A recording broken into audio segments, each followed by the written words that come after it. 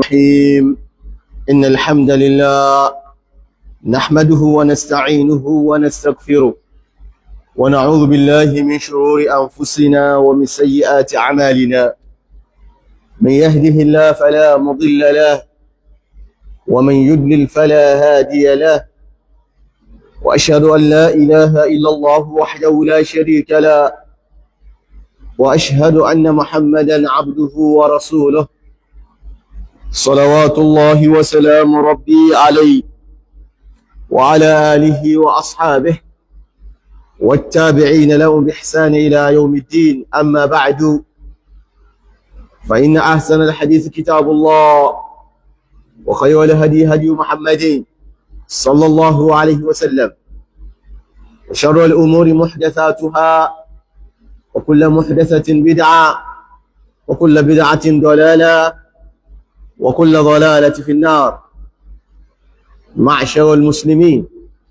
السلام عليكم ورحمة الله وبركاته. أدوك أبا الله سبحانه وتعالى أبا لغبر جلو أبا لا نجلو أبو نيك جلو أدوك فلان أبا ليري أريتوكو toluwa mi ṣe fún kó wa èyí tó tóbi jù ńbẹ̀ òun náà ni orí Islam. adúpẹ́ fọ́lọ́run bá lé lérí o, àmọ́ lórí, àmọ́ ní ìkẹ́, àmọ́ láàánú ọ̀rẹ́ Allah subhanahu wa ta'ala. Ọlọ́run jẹ́ ọjáre kó fi Islam rọ̀ wá lọ́rùn jù báyìí lọ, qawlan wa fi'lan, zahiran wa batinan. Ọlọ́run dáhùn kó ṣe bẹ́ẹ̀. Ọlọ́run wá fẹsẹ̀ wá ní lérí, kó pa wá lérí Islam, ó gbé wa lè lẹ́ni tí ó máa jẹ́ mùmínì pẹ̀lú Ọlọ́run ọba. Ọlọ́run fi wá sínú àwọn tí ó wọ Firdawsil A'la pẹ̀lú àwọn ẹni ẹ̀ ní àwọn nábì rẹ̀ àtàwọn ní dáadáa tó gba àwọn ṣúhádà. àwọn eléyìí ni wọ́n dá lẹ́ni tí wọ́n bá ń kẹgbẹ́ jògbìdàn kìyàmà. Ọlọ́run ká wá kún wọn. Allahumma amin. Akí ogbà ló mọ̀ pátá fún ọdún tí a ti bẹ̀rẹ̀ tí ó parí ní òní Saturday yìí. Lọ́gbà Ànábì Muhammad sallallahu alaihi wasallam wani yóò ayyamul Eid, ayyamul Mina, ayyamu akil wa shurb. Ìjọ Mina, ọjọ́ tá a máa ń jẹ ní tá a máa mú ní òyìn kan ọ̀bọ̀ ìsọ́kọ̀ wọn gbáwẹ̀. Ìyàn kan ọ̀bọ̀ ìsọ́kọ̀ wọn gbáwẹ̀. Ìjọ ọdún ò gbọdọ̀ gbàwẹ̀ ń bẹ̀.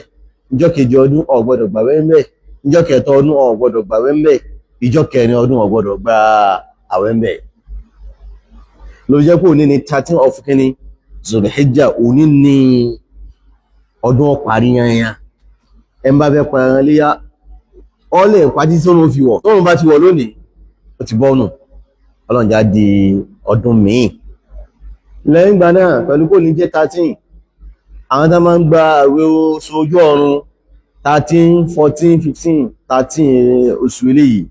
ní àbá gbà òṣìṣẹ́ Ọlọ́run ọba ń bẹ̀ ni o. Ìyẹn gba 13 rẹ̀, àwọn òdò wá gbà lọ́la Monday, àwọn ọ̀la Sunday àtijọ́ Monday lọ. Wallahu ta'ala a'lam. Kọ́dà bá jẹ́ pé àwẹ̀ oṣù tí yẹn máa ń gba mẹ́ta mẹ́ta kìí sí dandan ó jẹ́ 13, 14, 15. Ànábì a máa gba mẹ́ta nínú oṣù. Ó lè gbà ń pìlẹ̀ níjọ́ mi, ó lè gbà láàrin níjọ́ mi, ó lè gbà ń pa níjọ́ mi, ó lè gbà tẹ̀lé ń tẹ̀lé. Níjọ́ mi ó sì lè kí ni ó lè pín wọn. Bá gba ilé ìjọ Monday, nígbà míì ìjọ Monday mi ti ń bọ̀ wá, nígbà míì Monday mi ló tún tẹ̀lé. Ànábì a máa ṣe kí ni, a máa ṣe bẹ́ẹ̀. Àwọn sálàfù náà sì máa ṣe kí ni, wọ́n máa ṣe bẹ́ẹ̀. La yalzam aw la yushtaratu fi sawmi 3 ayyamin kulli shahr an takuna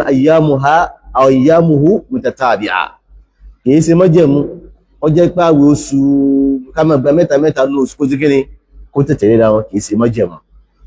Àmọ́ dáa ní àbá ń gba 13, 14, 15 pẹ̀lú àwọn àdísì míì tààtún sí kí ni tààtún rí tánàbí wà sọ àwọn ba'da sahaba in sabata al-athar, in sabata al-hadith. Pẹ̀lú ìrọ̀dọ́ láwọn bá tá sí máa kọ́ alẹ́kọ̀ọ́ níbi tí ráfà wa النسائي أبو عبد الرحمن táwọn fi ṣe wá láǹfààní àti débi báàbí kan báàbí tarkul wudu min al-qubula nínú àwọn kan tí ó ba àlùwàlá jẹ́ òun lẹ́ni tí ó níyàwó lọ́dọ̀ a máa ṣẹlẹ̀ ńjọ́ mi ó ti ṣàlùwàlá pẹ̀lú pé ní àánú àti ìmọ̀ ṣó pé Islam ò le wọ́n àti àwọn èèyàn sọ̀rọ̀ ni ìsídà wọn fẹ́ bínú ni ìsídà wọn fẹ́ pẹ́ tí ẹ ní ìsídà kó fẹ́ ṣó pé ó sì lọ́fẹ̀ẹ́ kò sí láì fi mẹ́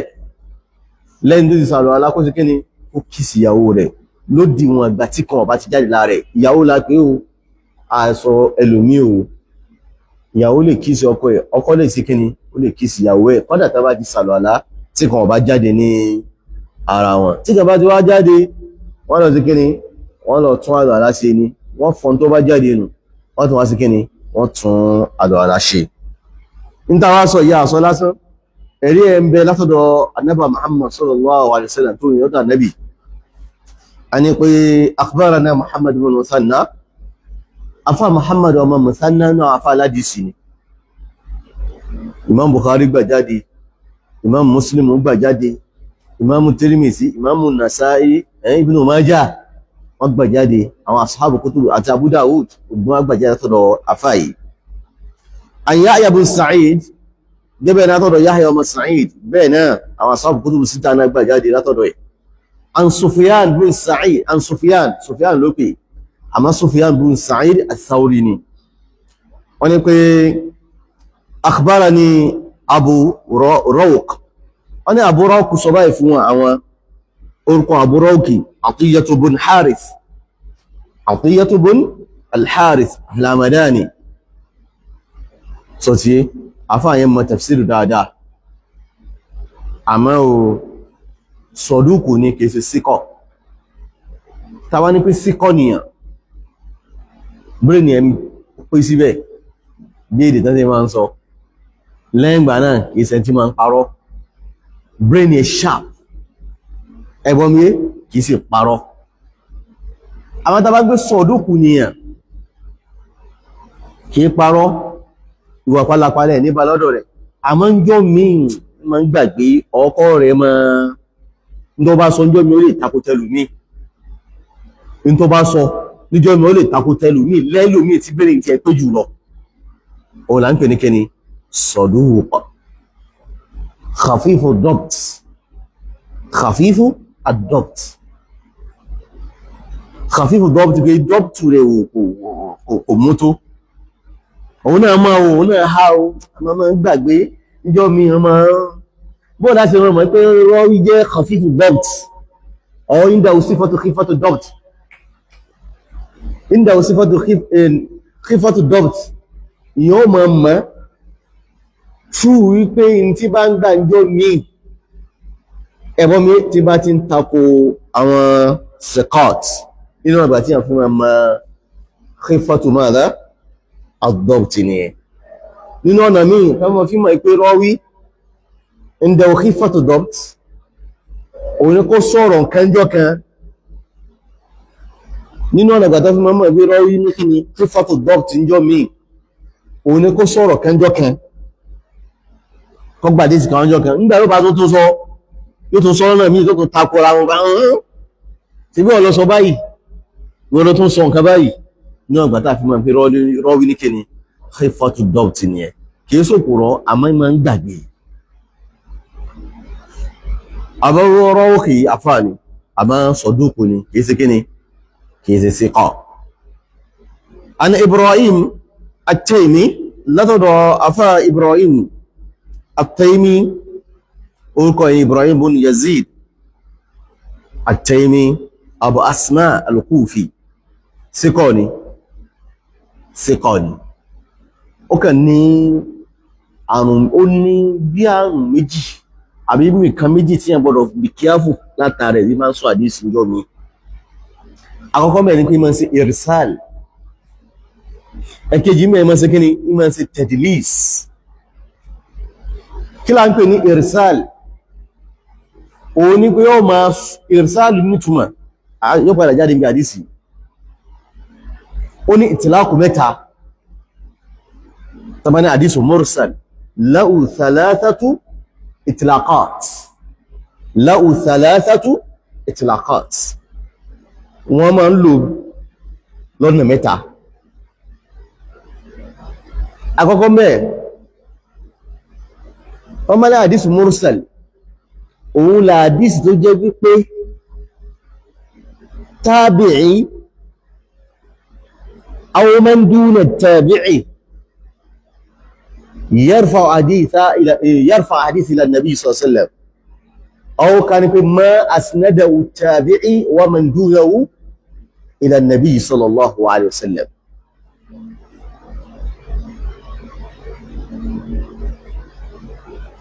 Hadith tó jẹ́ pé tabi'i gbé lọ sọ́dọ̀ nabi sallallahu alaihi wasallam direct,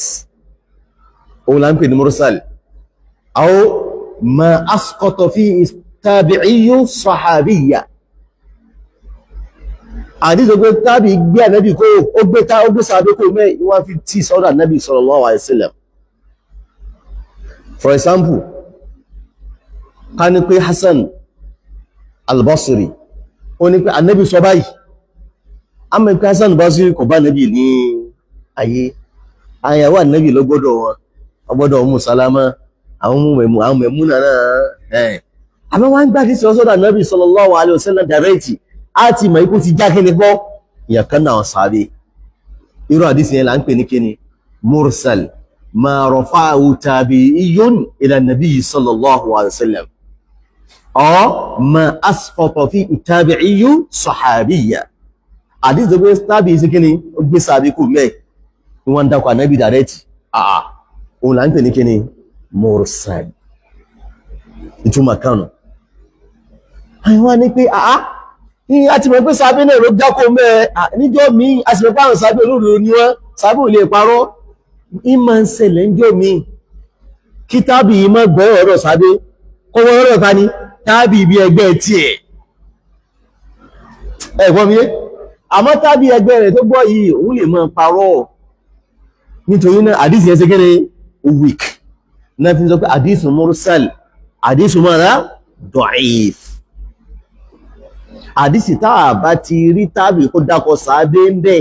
tí wọ́n ń sọ pé ànábì ló sọ̀rọ̀, àdísì wá sí kí ni agbèsẹ́gbẹ́ kan da'if ni. Àwọn àfáà kan ní kò gbọdọ̀ jẹ́ da'if, kò gbọdọ̀ jẹ́ kí ni kò gbọdọ̀ jẹ́ da'if. Ẹgbẹ́ mursal lọ́dọ̀ táwọn ẹni tó lè ṣe ma asnadahu tabi'iyyul kabir ila nabi sallallahu alaihi wasallam, ma asnadahu at-tabi'iyyul kabir ila nabi sallallahu alaihi wasallam. In ta ń pè ládìsí mursal sẹ́ǹgbọ́ lẹ́yìn a ní mursal lọ́dọ̀ táwọn òun làdìsí pé tábì tó dàgbà yóò fi àdìsí yẹn ti sọ́dọ̀ ànábì direct ni, ohun táwọn ń pè mùrúsálù. Irú àdísì bẹ́ẹ̀ ó lálàáfíà, because tábì yìí tó dàgbà ẹ̀gbọ́n mi yóò bá sàábé láyé, ẹ̀gbọ́n mi sàábé tó dàgbà ló sì kéle yóò bá láyé náà, yóò bá sàábé àgbà àbí sàábé kékeré yóò gbá wọn, òun náà ti wà náà kò lè parọ́. Nítorí náà àdísì àwọn gbà nínú àwọn tí wọ́n sọ bẹ́ẹ̀ Imam Shafi'i ó ní àdísì tí tábì kẹbírù bá gbà wá òun ló ń pè mursal lọ́dọ̀ tó wọn, mursal lọ́dọ̀ tó òun máa lò ló fi jẹ́ iná máa ń sọ pé Imam Shafi'i ń lo mursal. Mursal ta nílò tabi'iyyu kabir, gẹ́gẹ́ àdísì Sa'id ibn Musayyab. Àdísì Sa'id ibn Musayyab bá gbà wá hujjatun inda man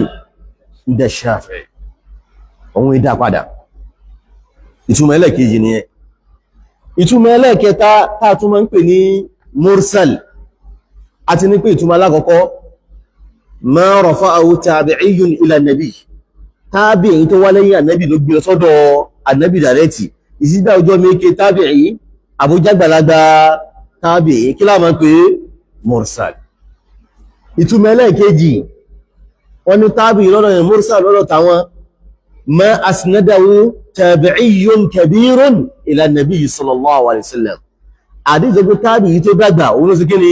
òun ló fi ti sí ọ̀dà nabi sallallahu alaihi wasallam. Lọ́dọ̀ sí Imam Shafi'i àtàwọn tán fara mọ́ hujja àdísì náà àwọn ò ní dá padà. Ó di tìlákù mélòó? Méjì. Mélòó la ní kó ní? Mẹ́ta. ẹlẹ́ẹ̀kẹta ń bẹ̀ náà tá ń pè ní hadith mursal náà fi mustalahu tá bá ní mustalahu in tá a máa ń lò mustalahu ni àmọ́ tá a ṣe ń lò ọ̀nà mélòó la ń lò sí ọ̀nà mẹ́ta ọ̀nà ẹlẹ́ẹ̀kẹta ni pé ma saqata fihi rawi ma saqata fihi rawi gbogbo àdíṣì tá bá ti gbà wá táà bá ti rí rọ́wí kan mẹ́ ẹni tó ń sọ̀rọ̀ yìí ọ̀bá lágbájá láyé ìsì mítì sí ó lè jẹ́ ń pìlẹ̀ ó lè jẹ́ láàrin ó lè jẹ́ ní ọ̀dọ̀ tábìí kí lámà pé mursal mursal yẹn wá àwọn tó máa ń lò láwọn al-usuliyun wal fuqaha wọ́n bá ní hadith mursal ní al-fuqaha ma saqata fihi madha rawi wọ́n ní gbogbo hadith dọ̀ ìfò pátá mu'allaq ní ọwọ́ mudolu ní ọwọ́ munqati'u ní ọwọ́ mursalu náà lọ́dọ̀ àwọn àfá aládìsí náà ọwọ́ wọ́n bẹ́ ti gẹ́ẹ̀tì ní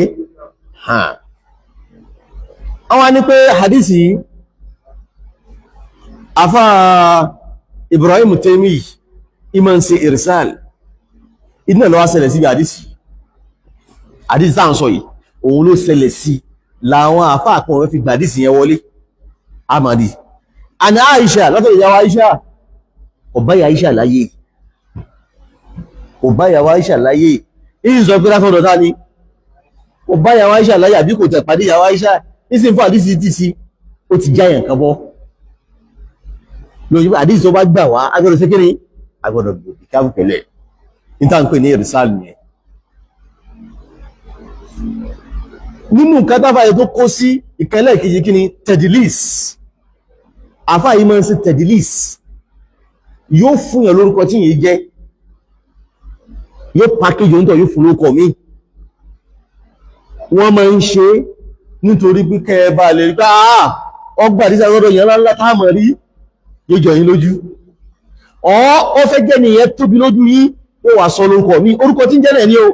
àmọ́ orúkọ yẹn kò popular pẹ̀lú ẹ̀ òun náà ń pè ní tedilis mohammed sampo wa kan ní látọ̀dọ̀ kí ló kò jẹ́ Ali Àyìndé àmọ́ Muaz látọ̀dọ̀ Muaz ndọ́gálùkú mẹ́rin kí ní àgárí látọ̀dọ̀ Àyìndé inshallah fún ní àfá kan tó ń jẹ́ Àyìndé àfá táwọn ò mọ̀ rí wọ́n bẹ́ ń gẹ́ ti rí bá ní ìsì Àyìndé tàní jẹ́ Àyìndé ó fi jọ wá lójú ni irú nǹkan báwọn à ń pè ní kíni tedilis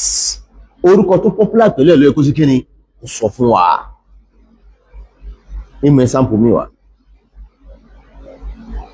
Sheikh Kamaluddin kí láwọn yẹn mọ̀ pẹ̀lú wọn Sheikh Kamaluddin kí ẹ̀ka wá ní pé látọ̀dọ̀ Sheikh Muhammad Habib Al-Adabi Sheikh Muhammad Habib Al-Adabi tani jẹ́ bẹ́ẹ̀ tàlẹ̀ ní tó sọ tán jẹ́ Sheikh Muhammad Habib Al-Adabi ẹjá máa wájì báàánú Sheikh Kamaluddin náà ní jẹ́ Muhammad Habib mo bẹ̀ ti jẹ́ sí ibáhùn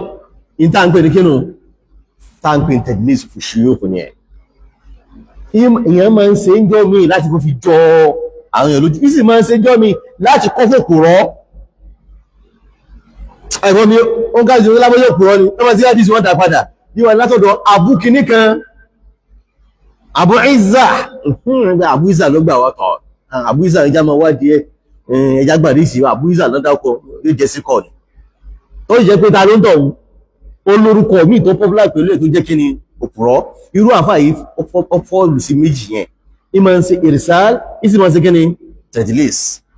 alátọ́rọ̀ Ibrahim At-Taymi àni Aisha lọ́dọ̀ yàwó Aisha ọ̀bá yàwó Aisha láyé èyí sọ pé yàwó Aisha ló sí kí ni ló sọ̀rọ̀ yẹn fún un anna nabiyya sallallahu alayhi wa sallam látọ̀rọ̀ annabi ọlọ́nàbí pé kí ni kana yuqabbilu ba'da azwajihi annabi a máa kíìsì àwọn ìyàwó rẹ̀ kan yóò kìí sí wọn bá lọ kírun thumma yusalli ànábì olóò kírun bẹ́ẹ̀ wala yatawadda kò ní tún àlámì ṣe kò ní ṣe gẹ́ni kò ní tún àlùwàlá mi ṣe à ń bọ̀ wá síbi àdísì o à ń bọ̀ wá síbi ìsinádò àmádìsì orinlẹ̀ because ojú ọ̀nà ní wá yàtọ̀ sí ìrìsáàlì tí kíni Ibrahim Taymi yìí ṣe tó jẹ́ ọdọ́dọ̀ ta ní ọdọ́dọ̀ wáyá Aisha ọdọ́dọ̀ Ànábì Muhammad sallallahu alayhi wa sallam. Qala Abu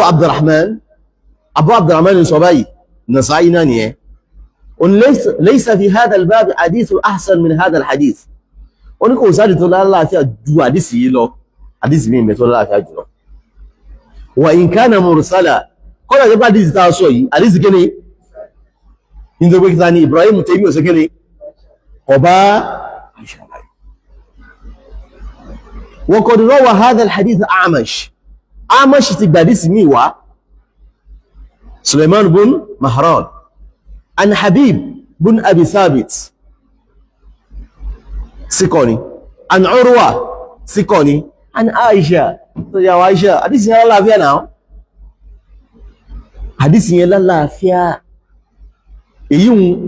ó bá yàwó Aisha Urwa bá yàwó Aisha lọ́yẹ́ ó gbọ́dọ̀ yàwó Aisha ó ní pé Ànábì sallallahu alaihi wasallam a máa kíìsì àwọn apákan ìyàwó rẹ̀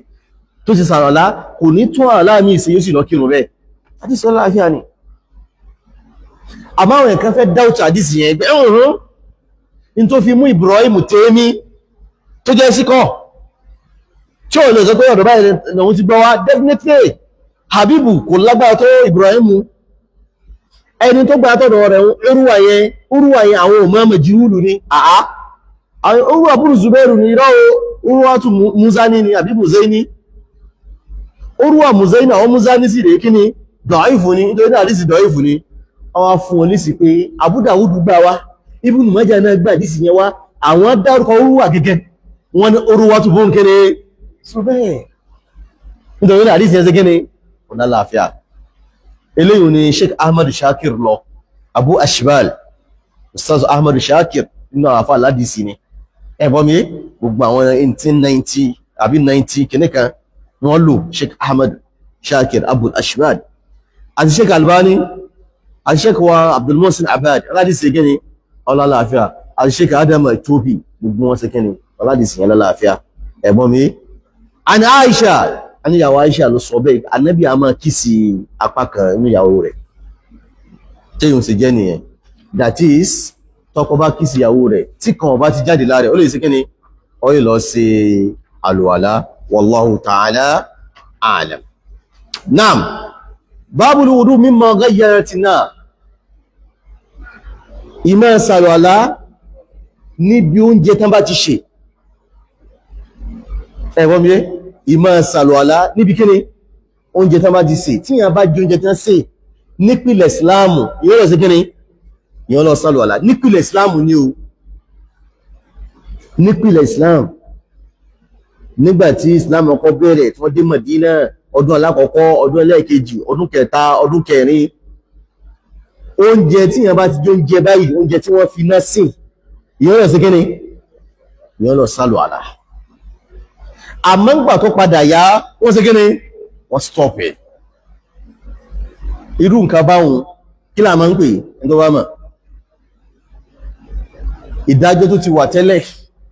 tí wọ́n ti ń ṣe ọwọ́ ayọ́ wọn ni pé kò ní dìmọ́ kò sí ní dìmọ́ kí là ń pè ẹ̀yà naskh barakallahu fi ẹ̀yà gbà kí mú là ń pè naskh ìdájọ́ tán bá ti káńsù tán fi mú ìdájọ́ mi ọ̀yá gbàgbà tán fi mú kíni ìdájọ́ mi wá ọ̀nà ń pè ní kíni naskh so tí èyí tó wá parẹ́ òní wọ́n ń pè ní nasikhu èyí tó bá wá parẹ́ òní ń pè ní kíni mansukh àmọ́ kí wọ́n gbé ìdájọ́ kó lẹ́ òní ń pè ní kíni naskh èyí tó bá wá parẹ́ òní ń pè ní kíni nasikhu tó bá yẹ pé áyà ni wọ́n ń pè ní áyàtù nasikha so tí tó bá yẹ pé áyà tí wọ́n gbé kó òní ń pè ní kíni mansukha áyàtun mansukha bí àpẹẹrẹ nípìlẹ̀ Islam ìyẹn lè mọtí Islam kò sọ́npẹ̀ Islam kan ní pé kẹmọ́ mọtí ní fi ń dáa yasalunaka an al-khamri wal maisir qul fihima ithmun kabir wa manafi'u linnas wa ismuhuma akbaru kini min naf'ihima. Wọ́n bèèrè lọ́wọ́ Ànábì nípa ọtí àti tẹ́tẹ́ sọ pàfà ní bẹ́ẹ̀bẹ́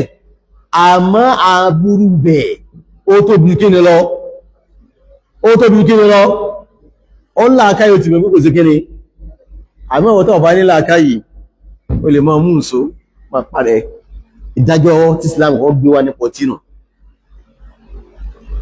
ìgbà ó tún rá gẹ́rẹ́gẹ́rẹ́ Islam tó sọ pé bẹ́bá ti fẹ́ kírun ẹ gbọ́dọ̀ mu ọtí wala taqrabu salata wa antum sukara bẹ́bá ti mu ọtí ẹ má mu ṣekíní ẹ má kírun ìgbà tó tún yá Islam wé kíní tẹ́ gbọ́ innamal khamru wal maisiru wal ansabu wal azlamu kíní rijzun min amali ẹgbẹ́ ni wọ́n iṣẹ́ èṣù ni èyí pé tàbí kí wọ́n máa mú tí máa kí ló ti di báhùn ó ti di máa sùhà ẹjìnà sí òun ni ayatul kiri nasikha gẹ́bẹ̀ náà ni oúnjẹ tán bá ṣe tán bá ti dáná tó jiná ẹ̀bọ́n mi bí yàn bá ti jẹ́ lọ́wọ́ pìlẹ̀ Islamu yóò lọ tún kíni sí alọ́ aláṣẹ àwọn sàábì kan ní táwọn mọ́nu àwọn ọmọ yìí pé Ànábì ní pé kìí bọ́lọ̀ sí kíní ìyá tún lè máa sí kíní kò níbi kí ẹ sálọ̀ àmọ́ àwọn ọmọ láfún sọ pé ìyẹn nímọ̀ tán ìyẹn ọmọ sí kíní ìyẹn ọmọ wá mọ̀ ní ẹ̀gbọ́n mi ìyẹn sí kíní ìyẹn nímọ̀ tán ló fi jẹ́ pé Abu Hurairah radiyallahu ta'ala anhu àti ìyàwó Aisha àtàwọn kan nù sábẹ́ ní táwọn ọmọ mi àbá ti jẹun lọ́dọ̀ sí kíní bọ̀ tí nígbà tó padà di ọwọ́ gbẹ̀yìn àwọn sàbí kan wọ́n rí Ànábì tí ó jẹun ẹ̀bọ́n mi tí wọ́n gbé búrẹ́dì wá kí lẹ́sìn máa mi ṣe búrẹ́dì tán fi ṣeré sí kí náà mi ṣe ṣeré iná ni náà tán fi sún Ànábì ó sì jẹ́ ẹ̀bọ́n mi Ànábì ó sì lọ kí wọ́n ìsàrọ̀lá èyí táwọn mọ́nu èyí táwọn Ànábì ṣe gbẹ̀yìn nu wọ́n èso bèèrè lọ́wọ́ Ànábì sallallahu alaihi wasallam sáàlè máa sàlù àlá níbi tí ẹran tàà bá jẹ Ànábì wá wù yẹn sàlù àlá wá wù yí ẹ má sàlù àlá ní sọ pé kí ni optional ni kìí sí kí ni kìí sọ́nà yẹn má kìí sí pàrọ̀ láyẹn bàjẹ́ alátọ́dọ̀ àfáwà Ishaq bin Ibrahim anba'ana Ismail bin Ibrahim ibn Ulayya ni wa Abdurrazzaq àti Abdurrazzaq Sanhani àfáà aládìsìn sọ ibn Musannaf ni a ni hadathana Ma'mar عن محمد بن راشد عن زهري لا تدع محمد بن مسلم عن عمر بن عبد العزيز لا تدع عمر بن عبد العزيز عمر بن عبد العزيز تابعين ابن نقي تابعين واتباع التابعين يدون تابعي اتباع كني تابعين قال او اتباع بي او تاwọn Zuri àwọn pẹ̀lú àwọn Zuri wọ́n jọ lùgbà ní wọ́n jọ sẹ́gẹ́ ní wọ́n jọ lùgbà ní àmọ́ ó mọ́ ọmọ Abdulaziz al-Umawi ni family Banu Umayya ni àwọn Banu Umayya yẹn àwọn ni wọ́n gba khilafa lẹ́yìn àwọn Ali Muawiya bin Abi Sufyan Yazid bin Muawiya Marwan àtàwọn bẹ́ẹ̀ àwọn náà ń pè ní Banu kẹni Umayya al-Umawi Bani Umayya bàbá wọn ní jẹ́ Umayya wọ́n wá sí násábì wọn náà jẹ́ kíni al-Umawi alikíni al-Umawi Umar ibn Abdul Aziz bàbá rẹ̀ jọ ọmọba àmọ́ Abdul Aziz ò jọba ẹ̀wọ́n mi kò sí kíni kò jọba àmọ́ ẹgbẹ́ rẹ̀ òun ló jọba àmọ́ gbogbo àwọn ọmọ lọ́ba máa ń jẹ ẹ̀yìn wọ́n máa ń jayé wọ́n máa ń ṣe kíni wọ́n máa ń jayé náà Abdulaziz wá wò báyìí lọ́kàn ó wá rí ọmọ rẹ̀ tí àwọn èèyàn ṣe léṣe lójú ibi báyìí tí ń jẹ́ Umar wọ́n ṣe léṣe ẹ̀jẹ̀ jáde níwájú ẹ̀ báyìí tí ibi rẹ̀ fọ́ ó wá wò báyìí tó bá jẹ́ wípé ìwọ yìí ni o wọ́n ló fi ń dájú ní mọ̀lẹ́bí wa tí wọ́n fọ́ lérí báyìí ìwọ ló ń dájú. ọwọ́ mú lọ sọ́dọ̀ àfà Sọ́ọ̀lì ibn Kaysan ní bá ń kọ́ Kùránì, ọwọ́ kọ́ bá ń kọ́ Kùránì, bá ń kọ́ kéwú. àfà Sọ́ọ̀lì Kaysan ni máa ń wá láti ibòmíì ni yóò wá kọ́ ọwọ́ wọ ọmọ tí mo rí ìyẹn rẹ̀ ní tí Ọlọ́run tóbi lẹ́mìí ẹ̀ tó Ọlọ́run tóbi lọ́kàn rẹ̀ ju tèmi gan lọ. òun ò rẹ̀ ní tí Ọlọ́run sí kíni tó tóbi lọ́kàn èèyàn fọ́mọ yìí ọmọ kìí sì nígbà wọn. bàbá yẹn á wò wáyé pé jáìjà yìí là wa ìwọ lọ sí ẹ̀sìn ìgbà tó ti mú ojú ọ̀nà tẹ̀sìn yìí wà lọ yẹ ká fi síbi ẹ̀sìn dáadáa ni ó wá mú kúrò ní Sham ní headquarter ń gbà yẹn ó wá mú wá sí Madina ká mú yẹn kúrò l'Abuja ẹ̀bọ́n mi ká wá mú wá sí Ìlọrin ó sì rí inú kọmọ president kúrò l'Abuja ẹ̀bọ́n mi ká wá mú wá sí Ìlọrin wá kéwú àwọn mú wá sí Ìlọrin àwọn mú wá sí Madina. máa gbogbo ìwà táwọn sàábé ń ṣe yìí, àwọn sàábé ànábì rẹ̀ àtàwọn àfáàrè máa kí lọ́dọ̀ wọn, àwọn sàábé kéèké tó kù. Umar ibn Abdulaziz wá lọ́dọ̀ wọn. tí Umar ibn Abdulaziz bá ń bọ̀ wá lé kéwú yóò wà ní kọ́kọ́ bóun ya ọrùn òun náà, ó tún láwọn bóun náà ń pè é àwọn ẹmẹ̀wà tó bá ya ọrùn wọn bá ṣe gbogbo ẹmà tó tún dírẹ́sì inú kínú àti kéwú tán padà sílé kò rí kéwú yọ́ kìíní àti kéwú tán irun yìí méje mọ́ létí lé kéwú ó sì pa ọgbọ̀n tínú ni wọ́n lọ sí alcohol farabalẹ̀ nígbà gbogbo ẹ̀. Ọlọ́run ní kí bẹ̀rù Ọlọ́run tó wá súdù tó wá wọ́ sọ́kàn rẹ̀, gbogbo orun ọpátì, gbogbo ìjọba òun ọpátì, ó wá mójútó hadith, ó mójútó kéwú, ìbẹ̀rù Ọlọ́run wá sí kíni ó wà lọ́kàn rẹ̀, ó wá sáfáyé. nígbà tí bàbá rẹ̀ sì mú wájọ́ kíní àná, àwọn èèyàn wá ń fi bàbá rẹ̀ sí ẹgbẹ́ ọ̀rí bàbá kò kì, ó wá mọ́mọ́ rẹ̀ wá ọ̀rọ̀ ìpé ìjọ kan ọmọ òun náà jẹ bọ́ọ̀nà ń pè yóò di president ẹ̀gbọ́n mi yóò wá dàgẹ́ bí wọ́n ọmọ àtọ́bù ẹ̀rùn kí ni irú ní wá ní bọ́ọ̀nà wọn bá ti wáyé yẹn sẹ́yìn rẹ̀ dáadáa yìí ní ayọ́ ìdí wọ́n rúgbọ́n àtọ́bù tó náà kọ́ńtró yẹn. àmọ́ pẹ̀lú àníyàn dáadáa tí bàbá rẹ̀ ní bàbá òjọba o, àmọ́ náà ní kọ́ mọ́ padà sí kíni òjọba. nígbà yẹn tí wọ́n rí pé ọmọ ìwà Mọ̀dínà gbogbo àwọn fámìlì rẹ̀ tán jẹ́ president nígbà náà, ọmọ ìwà Mọ̀dínà òun kọ́ mọ́ jẹ́ gọ́fúnà, a máa fi jẹ gọ́fúnà. Ó wá darí Mọ̀dínà ní darí tó jẹ́ kò sí gọ́fúnà tó dàbí tiẹ̀ mọ́ lẹ́yìn àwọn sàbí Ànábì sọ́lẹ̀. Ó darí Mọ̀dínà. nígbà tó wá yá ẹgbẹ́ bàbá rẹ̀ tí wọ́n ń rẹ̀ máa bọ̀ wá sí Ṣáàm wá bá mójútó àwọn kan. ìgbà tó wá dé ìlú yẹn tí tún wá sí nínú ẹ̀gbọ́n bàbá yẹn wá dùn tí wọ́n lóun fẹ́ kú, tí ń bá kú ọmọ àbúrò mi ní fi jẹ́ kíni òun ní fi jẹ́ president, ó prefer rẹ̀ jù kíni lọ jọ ọmọ tí ẹ lọ. Ọlọ́run ní tọ̀ wá kú ní 1999 hijira 99 hijira ní ẹniyàn kú. àwọn àfi Umar ibn Abdulaziz wọ́n fi jẹ́ president. ó wá control ìjọba mùsùlùmí fún ọdún méjì gbáko láti 1999 di 101 ọdún méjì ló lò tó ṣe wá darí yẹn. in fact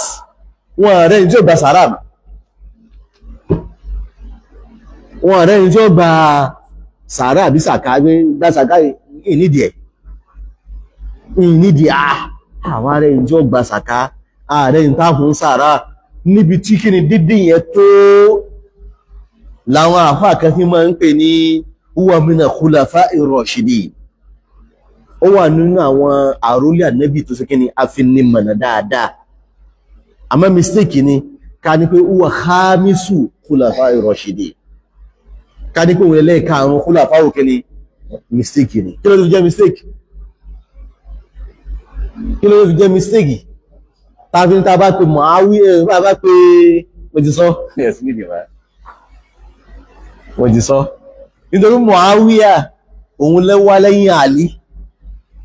ẹ̀gbọ́n mi àbí lẹ́yìn ìbò náà ń pè lẹ́yìn Àlí Hasan bun Ali ló wá òun ló step down fún tani fún Muawiya Hasan rẹ̀ àti Muawiya rẹ̀ wọ́n lọ́lá ju tani lọ Umar ibn Abdul Aziz lọ nítorí náà kò lè jẹ́ lẹ́ẹ̀kẹ́lò kò lè jẹ́ lẹ́ẹ̀karùn-ún khulafa'i ar-rashidin. Òun náà sì sọ ó ní eruku tó bọ́ síwájú Muawiya ẹ̀gbọ́n mi eruku lásán tó fẹ́ sí ojú Muawiya àbí tó fẹ́ sí mú Muawiya ó lóore jù òun lọ lójú ànábì tánjọ́ ń jagun pẹ̀lú ànábì eruku tó tá sí ó lóore jù òun lọ. Kí lẹ́wà ń pè ní khamisu khulafa'i rashidin ọba àmúrẹ́ àwọn ṣíà náà gbé dáadáa wọn wá jẹ́jẹ́ because àwọn ṣíà tó ní fashion díẹ̀ fún because kí ló fà ní pé Banu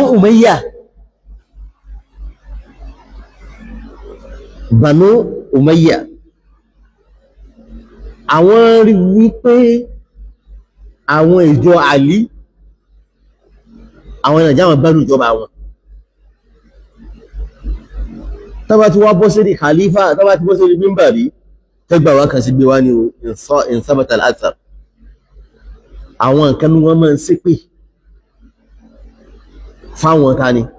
fáwọn Shia Àlí àtàwọn jama Àlí nígbà tí wọ́n mú ní Abdulaziz débẹ̀ níbi khutbah yẹn ó kàn change ẹni ó ní kẹ́ máa lókè ní inna Allaha ya'muru bil adli wal ihsan wa ita'i dhil qurba wa yanha 'anil fahsha'i wal munkari wal baghi ya'idhukum la'allakum tadhakkarun ó ló change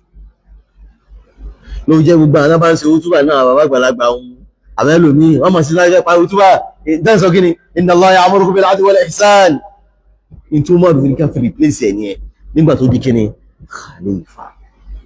àwọn àwẹ̀ òní khamis iná òkè sọ ní khamis kò lọ́lá tó ta ni Muawiya kò sí lọ́lá ta ni Hasan bin Ali radiyallahu ta'ala anhum ajma'in. Ibi tá ti lọ ní pé an Umar bin Abdul Aziz látọ̀dọ̀ Umar bin Abdul Aziz an Ibrahim bin Abdullah bin Qaris an Abi Hurairah ó sọ báyìí pé qala Abu Hurairah sọ báyìí pé sami'tu Rasulullah aláwọn gbójú sí Ọlọ́run ọba yakun tí ń sọ báyìí pé tawadda'u mimma massati an-nar ẹ máa ṣàlùwàlá níbi tí iná bá ṣe kéré tó bá ti sè kìí ṣe ibi tí iná bá jó kìí ṣe ibi tí iná bá kàn because iná lè kankan jọ mi tí ò ní ṣe jiná ẹni ìdíkẹ́ ṣàlùwàlá ẹ̀gbọ́n mi àmọ́ tí iná bá ṣe kéré tó bá ṣe jiná ẹ bá ti jẹ́ ṣe kéré ṣàlùwàlá ń bẹ̀ o àlùwàlá yẹn ti já aṣọ pé lẹ́yìn nípìlẹ̀ kíni ìpìlẹ̀ Islam Ọlọ́run sì sọ ma nansakh min ayatin aw nu'siha na'ti bi khayrin minha aw mithliha nasikhun bẹ láàrín sọ wípé gbogbo sílábọ̀sì táwọn kan lò tání kò sí nasikhu nínú Kùránì kò sí nasikhu nínú ṣẹ̀ríà wọ́n kọ́ láwọn yunifásitì kan àgbákò ní sílábọ̀sì yẹn o ẹni tí bá ti ń kọ́ nítorí kò sí nasikhu àgbákò sílábọ̀sì ní nǹkan yíò ìsàkíyèsí o. Naam, hadisi mi tó rí látọ̀dọ̀ Ibrahim bin Yaqub haddathana Abdus Samad bin Abdul Warith haddathana Abi al-Husayn al-Muallim haddathana Yahya bin Abi Kathir an Abdurrahman bin Amr al-Awza'i annahu sami'a Muttalib bin Abdullah bin Hantab yaqul qala Ibn Abbas sọ báyìí pé ó ṣẹlẹ̀ pé Abu Hurairah wà ńbẹ̀ Abu Hurairah ń sọ wípé bí ẹ̀bá sáwàlá yóò sí kíni yóò tó kíni sí ìgbà àti fàdísì àti fòwàrí àti fàdísì kan. أخبرنا الربيع بن سليمان حدثنا إسحاق بن أبي بكر وهو ابن مضر حدثنا أبي عن جعفر بن ربيع عن بكر بن سوادة عن محمد بن مسلم عن عمر بن عبد العزيز عن ماذا؟ عن عبد الله بن إبراهيم بن قارض قال رأيت أبا هريرة يتوضأ على ظهر المسجد فقال أكلت أسوار أكتم فتوضأت منها إني سمعت رسول الله يأمر بالوضوء مما مست النار. أنا تدعو جعفر أما ربيع أم بكر بن سوادة لا تدعو أفا بكر أما سوادة بكر أما سوادة أفا لانلاني àfáà ńláńlá ni tó sì ní ìgbìyànjú nínú àwọn tí wọ́n gbé ìmọ̀ wá sí Áfíríkà ni. Wọ́n gbé ìmọ̀ wá sí Áfíríkà sí kọ́ ni. Kódà nígbà tí wọ́n ń gbé ìmọ̀ káàkiri tán sì gbìyànjú káàkiri, inú odò ló tẹ̀rì sí tó fi kú. Ibi odò ló tẹ̀rì sí ní wọ́n à ń kọ́yàn káàkiri. Umar ibn Abdul Aziz náà ló sẹ́ndì ẹ̀. Ẹ máa lọ kọ́ àyàn kéwú, ẹ lọ kọ́ àyàn ní kwẹ́sìn, ibi tó kú sí nìyẹn. An Amr ibn Abdul Aziz Abdullah ibn Ibrahim ibn Qarith ra'aytu Aba Hurairah. Aláwọn rí Abu Hurairah yatawadda. Abu Hurairah ń sàlùwàlá ala dhahri al-masjid, lérí masalasi, lérí dẹ́kìnì masalasi, ń sàlùwàlá ń bẹ̀. Faqal, ọwọ́ sọ báyìí pé ìgbà tí wọ́n á rí Abu Hurairah èyí masalasi ti sàlùwàlá tí ò sí. Faqal ní akaltu athwara aqt, mo jẹ bọ́ọ̀ náà ń pè wàrà tí wọ́n sè, tán bá sí wàrà tán yóò wá lé, èyí tí máa ń lé yẹn elékújẹ́ àbí kí ló máa ń pè báyìí, wàrà náà máa ń ṣe yóò wá lé báyìí, onírọ̀ yóò lé gan kápẹ́ ní bẹ́sikẹ́. Wọ́n ní mo jẹ wàrà líle ní fatawadda'tu minha, nítorí náà mo fi ń ṣe kí ni, mo fi ń sàlùwàlá. Ẹ̀rí tán bá sí wàrà líle yẹn pé ní ṣe máa ń ṣe kí náà fi ṣe, kí náà fi ń ṣe iná ni. Oni fatawadda'tu minha, mo fi lọ sàlùwàlá. Inni sami'tu Rasulullah, mo gbójú sí Ọlọ́run bá ya'muru bil wudu, ó ní ká máa sàlùwàlá mimma massati an-nar, in tí náà bá ṣe kí ni, tó bá ti sì jìnà. Alélé nípìlẹ̀ kí ni Islam, ó ti wà máa sóòkù sọ ti báwọn. Nínú nǹkan tá kan bẹ́ẹ̀ ni pé kò sí láì fi ń bẹ́ẹ̀ kí yàn sàlùwàlá lérí òkè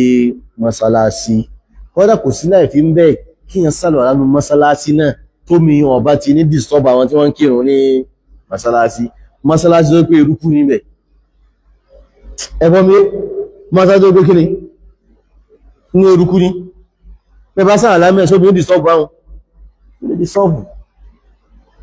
Because bá ti lè sàlùwàlá lókè mọ́sálásí, a lè sàlùwàlá ní kí ni? Inú mọ́sálásí náà. Àmọ́ tí ó bá ti ní ọyàn lá, kò sí láì fi ń bẹ̀. Òyìn ò ní ọ̀dá. So ti bá lè ìyẹn lè gbé tọ́lẹ̀tì sínú mọ́sálásí, àmọ́ ìyẹn lè gbé àlùwàlá sínú kíni, sí ibi mọ́sálásí àti kírun gẹ́gẹ́. Kò sí láì fi ń bẹ̀ tí ó bá ti ní disturb àwọn èèyàn. Naam, àdíṣe tá ń kálẹ̀ kan lọ. Wọ́n ní àfáwà Abdullahi ibn Abbas, ó gbọ́ tí Abu Hurairah sọ pé in tí náà bá ti jó kí yẹn ṣe kíni, kí yẹn sàlùwàlá. Àfáà Ibn Abbas wá ń sọ báyìí pé bóò ni ó sì máa sàlùwàlá, atawadda'u min ta'am ajiduhu fi kitabillahi halalan li'anna an-nara massatuhu. Bóò ní sì máa sàlùwàlá níbi oúnjẹ kan tí mo rí pé àláàlì níbi tírà Ọlọ́run ọba, àmọ́ nítorí pé iná ti wájú ní ìfìmọ̀ wá sàlùwàlá,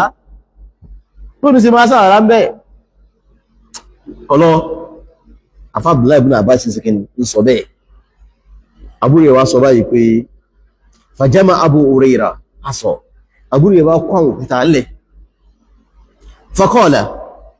ashhadu adada hadha al-asọ, tí mo ṣe mú òkúta tí mo mú lọ́wọ́ yìí, bẹ́ẹ̀ ni mo mọ̀ wípé anna Rasulullah, ikú òjíṣẹ́ Ọlọ́run bá sọ báyìí pé tawadda'u, ẹ máa sàlùwàlá mimma massati an-nar, ìtìná bá ṣe kí ni, ìtìná bá ti jó. Mo mẹ́rin gẹ́tì mi tí àbú ẹ̀ àdóléré rí nù. Àmọ́ àfáwà Ibn Abbas ó yóò wípé ànábì ń padà ń ṣe kíni, kò padà máa sàlùwàlá mọ́ níbi tí kíni, níbi tí náà bá ti sè. Náà fi sọ wípé bí èèyàn bá ti mọ̀ pé nǹkan yóò dáa, àbí ìtànàbí ń ṣe rèé, a gbọ́dọ̀ gbé kalẹ̀ nítorí kíni, nítorí ọ̀rọ̀ àwọn bàbá kan àbí èèyàn kan, yóò gbọ́dọ̀ gbé kalẹ̀. Láfáwà Shafi'i rahimahullah tó bá rádìsì mí yóò ní àdìsì yìí ìwò bí yóò wọ́ authentic, àmọ́ tó bá wọ́ authentic yóò ní tó gbé jáde yìí lèmi náà máa sọ. Ẹ̀gbọ́n mi, ẹ jẹ́ fún ilẹ̀ sample. Bí yàn bá jẹ ẹran ràkúnmí àti ẹran àgùntàn, ó yàtọ̀ síra wọn. Ànábì ló sọ bẹ́ẹ̀, ó ń tẹ ẹ má ṣàlùwàlá tẹ́ bá jẹran àgùntàn, ẹran ewúrẹ́, ẹran màlúù, ẹ má ṣe kíni, àmọ́ ẹ má ṣàlùwàlá tẹ́ bá jẹran kíni, látàwọ́gbọ̀ omi lò fún mẹ́lẹ̀gánà, ẹ má ṣàlùwàlá tẹ́ bá jẹran àgùntàn, ẹran àgbò, àmọ́ ẹ má ṣàlùwàlá tẹ́ bá jẹran kíni, tẹ́ bá jẹran àkúnmí. Àfáwà Ṣáfì wá wò báyìí pé wẹ́ ní táàmà lọ́dọ̀ ànábì gbogbo tẹ́ran bá di sí tí náà bá di sí bọ́ bá wúyàn ìyẹn lè sàrọ̀lá, bọ́ bá wúyàn kí ẹ mọ́ sí kíni, bọ́ wà láti wá sàrọ̀lá ń bẹ ẹran àkúnmí nítorí à ń tó ń torí pàdé sí èèyàn kan mẹ́mẹ́ ìmọ̀ dáadáa. Bọ̀ tó bá yẹ pàdé sí ẹni tó wà ń bẹ yìí tó bá yẹ kó wà authentic tí èso kùrọ̀ tó rí ilẹ̀ ẹ máa sàrọ̀lá ń bẹ ẹran àkúnmí. Àmọ́ láyé Imam Ṣáfì bá jẹ ẹran àkúnmí bá bèèrè lọ́wọ́ rẹ̀ yóò ní ká má sí kíni, ká má tán àlá sí ló fi kú. Àmọ́ ti sọ̀rọ̀ kẹ́kálẹ̀ onítàbí sí yẹn bá fi lè lálàáfíà o ẹ ṣe kíni, ẹ máa sàrọ̀lá ẹ tán àlá sí. Nígbà tó padà wá yá àwọn èèyàn wá wádìí padà ìtàdí sí yẹn sí kíni ó lálàáfíà. Definitely mọ́tàbí Ṣáfì ní pé kíni ká máa sàrọ̀lá báyẹn. Ẹ gbọ́ mi, Imam Ṣáfì nítorí lé láyé ẹ̀ ní àbá ti jẹ ẹran ìsídẹ̀ ẹran ewúrẹ́ ni, ẹran màlúù ni, ẹran àkúnmí ni, onídìíkẹ́sẹ́kẹ́ ni ẹ̀sàlùwàlá. Àmọ́ wá sọ àdísì ànábì kan fún pé ànábì tí ẹ bá ti jẹ ẹran àkúnmí ẹ má ṣe kíni, ẹ má sàlùwàlá. Àmọ́ àdísì yẹn kò ṣe kíni, kò ní ilẹ̀ lọ́dọ̀ rẹ̀. Ọ wá sọ àsọ́lẹ̀ pé bá àdísì yẹn bá ti lálàáfíà o fahuwa madhhabi idha sahha al-hadith fahuwa madhhabi. Tàbísì yẹn bá ti lálàáfíà ìdí mo sọ yìí gbogbo ìkalẹ̀. Nígbà tá padà wá confirm pàdísì yẹn lálàáfíà Imam Ṣáfì ti kú tán, definitely àdísì yẹn yóò máa jẹ́ kéré, àdísì rẹ̀ yóò máa jẹ́ madhhabi rẹ̀. Lò fún náà sọ pé ajma al-ulama àwọn àfáà fẹ́nu kò ala anna man istabana lahu aw man istabanat lahu sunnatu nabi, ẹni tó bá ti mẹ́gbà àdísì ànábì rẹ̀ súnà ànábì rẹ̀ la yajuzu lahu aw la yasihhu lahu an yada'a li qawli ahad, kò tọ́ fún kó gbé kalẹ̀ fọ́rọ̀ yẹn kan. Mo mẹ́ gẹ́tì mi ní táwọn sàbí máa ń dó lérí nìyẹn, in tó bá ti rọ́dọ̀ ànábì làwọn sì kíni wọ́n gbèrà lé lérí. Naam, ìjákà àdísì bá ti àdísì the same àdísì náà ni ìjákà àdísì pé ànábì èsì kíni ó padà gbé kalẹ̀. Báàbù tarkul wudu mimma ghayyaratin nar, ìmọ́sàlù àlámọ́ níbi tó wọ́n bá ti fi náà sí látọ̀dọ̀ Ummu Salama anna Rasulullah olójúsí ọlọ́wọ́ bá akala katifa, ànábì jẹ ìjìká ẹran ọjẹ́, ànábì láìkì ìjìká tẹ́gẹ́tì, ànábì láìkì ìjìká ẹran ànábì jẹ. Faja'ahu Bilal wà bá ànábì àsìkò ojú tó ànábì sí sàwàlá fa kharaja ila salat, ànábì lọ kínu walam yamassa ma, ànábì olómi kankan mọ́. Ànábì sàwàlá tán àwọn bá ànábì pé ànábì sàwàlá tán àwọn agbẹ́ran wà ànábì jẹ ó jẹ ẹran tábà ìdé Bilal sì dé, ànábì àti pẹ̀rún á sì kámọ́ ní ìsẹ̀ ẹmọ bọ̀ wá, ànábì sì jáde kò sí kíni olómi kankan mọ́ kò sàwàlá. Definitely bí yàn bá jẹun tí ó bá sàwàlá àdálẹ́ ò sí kíni kò bàjẹ́, tó bá yẹ sàwàlá tẹ́lẹ̀ ó wá jẹun àdálẹ́ ò sí kíni kò bàjẹ́. Àdísì sọ́rọ̀ àfíà. Lẹ́yìn ìgbà náà wọ́n tó gba àdísì míì wá látọ̀dọ̀ Sulaiman ibn Yasar, ó ní dakhaltu ala Ummi Salama, àwọn lọ́wọ́ létọ́ Ummu Salama fa haddathatni, wọ́n sọ báyìí fún mi anna Rasulullah ìpàdé sallam kana yusbihu junuba, ànábì a máa sùn lẹ́ni tó ní jẹ́nàbà lá, yóò wá jí láàárọ̀ kò tí wẹ̀wẹ̀ jẹ́nàbà yẹn. Min ghayri ihtilam, ànábì ò sùn kò lálàá ó súnmọ́ ìyàwó ẹ̀ ni. Thumma yasum, ànábì sì máa gbààwẹ̀ sùn. That is lóru ànábì súnmọ́ ìyàwó ẹ̀, ànábì wá wẹ̀ jẹ́nàbà tó fi wá jẹ sàárì, wọ́n wá ń jẹ sàárì tán àṣùbà àti wá àlùfájàrí ti yọ, ìgbàyàn ànábì ẹ̀sẹ̀ wà lọ sí kíni wá ṣe lọ́wọ́ ẹ̀ ọba rẹ̀ jẹ́. Ìyàwó Àìṣà sọ bẹ́ẹ̀, àbúrò rẹ̀ sọ bẹ́ẹ̀, àyìnbọ̀ náà ń pè àwọn míì náà tó sọ bẹ́ẹ̀. wa hadathana ma hadha al-hadith wọ́n ní pé ìyá wa Ummu Salama tó wá sọ hadith yìí fáwọn pé annaha qarrabat ila an-nabi jamban mashwiya àwọn gbé èjìká ẹran kan fún Ànábì táwọn ti sún Ànábì ti sàwàlá fa akala minhu Ànábì jẹ́mbẹ́ thumma qama ila as-salat Ànábì lọ kírun bẹ́ẹ̀ wa lam yatawadda Ànábì sí kíni kò sí àlùwàlá eléyìí fi ń sọ fún wa pé ìgbẹ̀yìn ọ̀rọ̀ Ànábì sí kíni kì í sàlùwàlá mọ́ níbi tí iná bá ti jó látọ̀dọ̀ àfọwà Ibn Abbas an shahidtu Rasulallah aláwọn rí Ànábì akala khubusa Ànábì jẹ búrẹ́dì báyìí wà láhàmà àti ẹran thumma qama ila as-salah Ànábì sí lọ kírun wa lam yatawadda ọ̀sàlọ́lá ó jẹ́ tàbí sí lọ kírun gàtí ó ti sàwọ́lá tẹ́lẹ̀ ó sì wá jẹ́ kò wá sọ pé nígbà mo ti wá jẹ nǹkan tí náà ti sè kí wọ́n tún Ànábì ṣe bẹ́ẹ̀ èyí tó wá parí ẹ̀rì an látọ̀dọ̀ afọ́ Amr ibn Mansur látọ̀dọ̀ Ali ibn Ayyash haddathana Shu'aib an Muhammad ibn Munkadir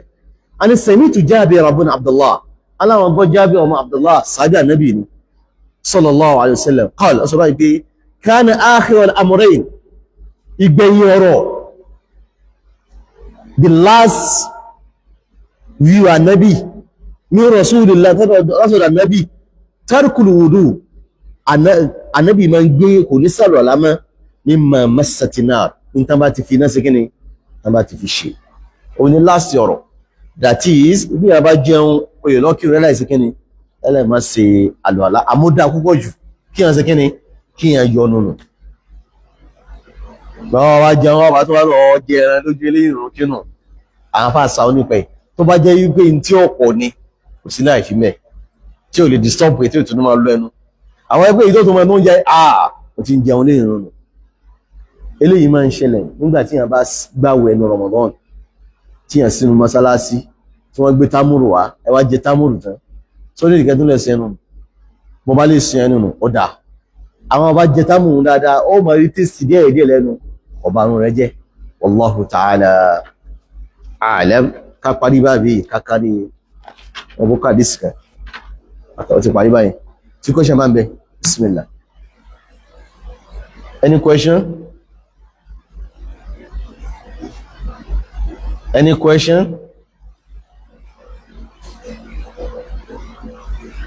Inshallah, tí ó bá sí question. Sí question wà ní? Tí ó sí question? Naam, bismillah. Naam? Ọ̀pá fánù. Nígbà ìyàn pa fánù kí fi gbọ́nà. Máìkì yàn.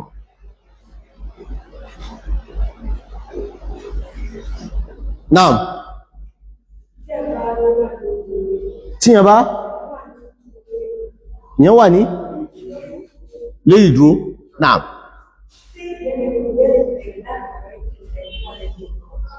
Yẹn lè síkín.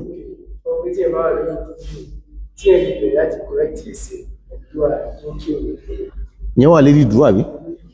Ee.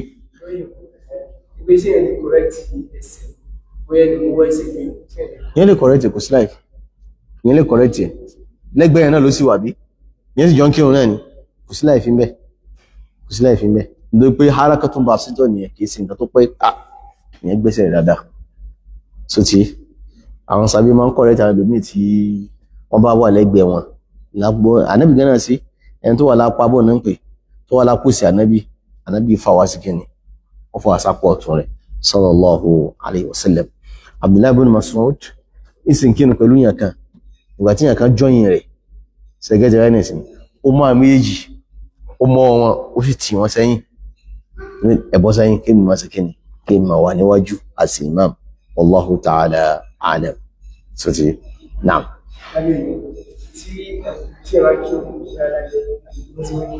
Naam. Naam. Ìyẹn lè bẹ̀rẹ̀ bò. Kò sí láì fi hàn tó bá táyàn. Nǹkan bá táyàn lé ìrùn tí yàn á fi ń ní concentrate sáyé pa kò sí láì fi mẹ́. tó ti bá wọn gẹ́gẹ́ bí tí yàn bá rí jù náà lẹ́yìn ìyẹn lè pa àwọn ẹgbẹ́ ẹ̀fọn tí ó disturb yàn àbíbò ní ń pè kankan tí ń lọ wọn lọ pa tí ó sì wá sọ́dọ̀ rẹ̀ ẹgẹ́ ti bá ní ìsìn yẹn ń ṣeré nù àmọ́ wá jẹ́ pé kankan tí ń bọ̀ wá sí ibi tí ń fi rí kán gẹ́gẹ́ rí ìsáyé ta dànù kò sí láì fi mẹ́ àwọn alákà tó ń ṣe ti bá ní ìsìn kò sí láì fi mẹ́ because bí kankan yẹn bá padà tààyàn ọ̀ ní gbádùn rún o lèdí bá ní ìyẹn máa ṣe jójójójó ní ẹ̀mí ó kó mi rún kí yẹn ti wá ti pa ló jẹ́ pé tí yẹn bá wà níbi ìrún tí yẹn bá rí jù wọ́n fara mọ́ kí yẹn ṣe kíni kí yẹn pa níta tó gbé sípò ojú náà ní gbàwọn kankan yẹn báwọn náà àkèké àwọn ẹgbẹ́ kankan tó jìnnà sọ́dọ̀ yín tí ó dọ́dọ̀ rẹ kò ní ìdílé yàn tó ti yẹ àwọn haraka àmọ́ kó jẹ́ pé yẹn kàn wá ń ro dídé dì ìrún àbí yẹn kàn wá ń rọra pẹ̀lú pé ìmáàmù ti pẹ́ èyí ò ní ọ̀dà òun náà bà wọn jẹ́ tó ti yẹ àmọ́ yóò mọ dí ládàá ìrún kù àmì yìí tó táyàn kankan ìtọ́ ní ìsín ìrún mú tọ́ ní ìsìn wọ́n ń gbé ìrún mọ́ wà ìdí fọwọ́ pa ó kọba lè tutù mọ́ ọlá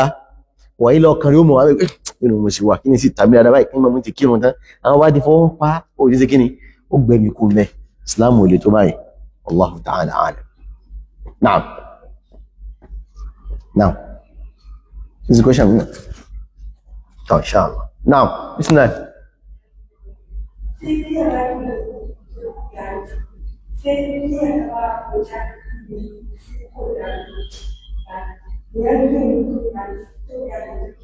No.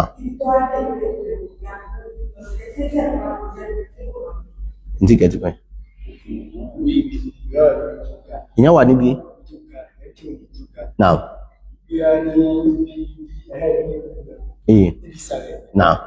Now. No, ó depend tó bá jẹ́ pé èèyàn kírun ibi tó ga tó ti bá ní ìsìn yẹn bá ń kírun ibi tó ga yẹn ká wá kọjá nísàlẹ̀ yẹn tó wáyé pé ìgbọ̀n kan ni ìgbọ̀n kan báyìí níwájú yẹn báyìí gbogbo ẹ̀ bá ti kọjá lẹ́yìn ìgbọ̀n kan kò bá wọn jẹ́ ẹ gbọ́ mi bóbi bá kọjá níwájú yẹn bájá bá kọjá níwájú yẹn bí kẹ́tẹ́kẹ́tẹ́ bá kọjá níwájú yẹn ní ìgbọ̀n kan báyìí kò bá lọ́la jẹ́ kò bá wọn jẹ́ àmúntọ́ náà ti gbọdọ̀ gbé nǹkan kalẹ̀ àmọ́ tí o bá ti wá gbé nǹkan kalẹ̀ kò bá wọn jẹ́ ìgbọ̀n kan tí yẹn bá dúró ṣẹ́gẹ́sì bá ní ìsìn gbọ́n tí yẹn bá náà yẹn wọ́n náà ń pè ní kíni hadu sutura ni ẹni wá fẹ́ kọjá wájú yẹn ni ọgbọ́dọ̀ aláwọ̀ àmọ́ èyí tó jìnà bí ibẹ̀ wọn ní ìsìn wọ́n á ní pé èyí ò kàn mí mọ́ tó ti bá wọn ní ìsìn gẹ́bẹ̀ náà ni ìyẹn wá ń kí òun lókè ìyẹn kan wá kọjá tó fi wá sí dídé yín ìdájọ́ òun náà ni àmọ́ báyìí kókè túyàn wà òkè fíofío òun á wà ń sálẹ̀ lẹ́lẹ́ ẹ̀wọ̀n àlọ́ṣẹ́ òun á kọjá ti jìnà síra yín tó ti bá nìsín àwọn afáàfin ní pé sí ìmáàmù lè wà lókè kí màmú wà ń sálẹ̀ kò bá mu ìmáàmù gbọdọ̀ wà ń sálẹ̀ ẹni tí ó wà kọ́pì rẹ̀ ó lè wà ní kíni lè wà lókè ó bẹ̀rẹ̀ sí gẹ́ẹ̀tì mi àmọ́ kó jẹ́ pé ìmáàmù wa wà lókè ẹni tí kọ́pì wa wà nísàlẹ̀ ọba ìmáàmù gbọ́dọ̀ máa wà nísàlẹ̀ ẹni tí kọ́pì wa máa wà ní kíni lókè gẹ̀bí Kaaba náà àwọn mùsùlùmí máa ń kírun lérí àpáta ìmáàmù sì wà ní kíni ìsàlẹ̀ ní Kaaba mẹ́lẹ̀ wọ́n sì máa kírun Jabal àbí Kubais àwọn sàbí máa ń ṣe bẹ́ẹ̀ láyé Ànábì láwọn táwọn àmàkà erékè làwọn ti máa kí wọ́n sì máa fọ́ọ̀lù ìmáàmù tó wà ní Kaaba tó ń wà ń sálẹ̀ wallahu ta'ala alam so tí Uzaifa bú ni àmọ́ ní ti lọ ṣiṣẹ́ àmàbílù kan lọ́jọ́ kan bá sọ́rọ́ ni ìmáàmù rẹ̀ á bọ́ sí orí òkè Uzaifa náà ni ìyẹn kan ló wá fà náà sábí tó sì fàájá gbọ́ lẹ́nu Ànábì kọ̀ fún wọn ká máa bọ́ sí kí ìmáàmù máa wà lókè ẹbọ mi káwọn màmú wa wà ní kíni nísàlẹ̀ láàrín sọ pé rí pé tá máa ń ṣe ìpè báyìí tí wọ́n sì tí bá mú wa wá gùn kò bá mu kọ́dà bí ò bá jù báyìí lọ kò bá mu títí báyìí nìsín ó gbọ́dọ̀ wà flat pẹ̀lú àwọn màmú ọ̀hún àwọn màmú yẹn lè má kí wọn lérí ọ̀ṣẹ̀ ìmáàmù gbọ́dọ̀ wà lérí ọ̀ṣẹ̀ wallahu ta'ala alam tó sì jẹ́ ni now any question afálẹ́ òkú tíra kàí lónìí inshallah àwọn náà ń sọdún asọ̀pọ̀lọpọ̀ ọdún láyé. فسبحانك اللهم وبحمدك أشهد أن لا إله إلا أنت أستغفرك وأتوب إليك. أنتم جزاكم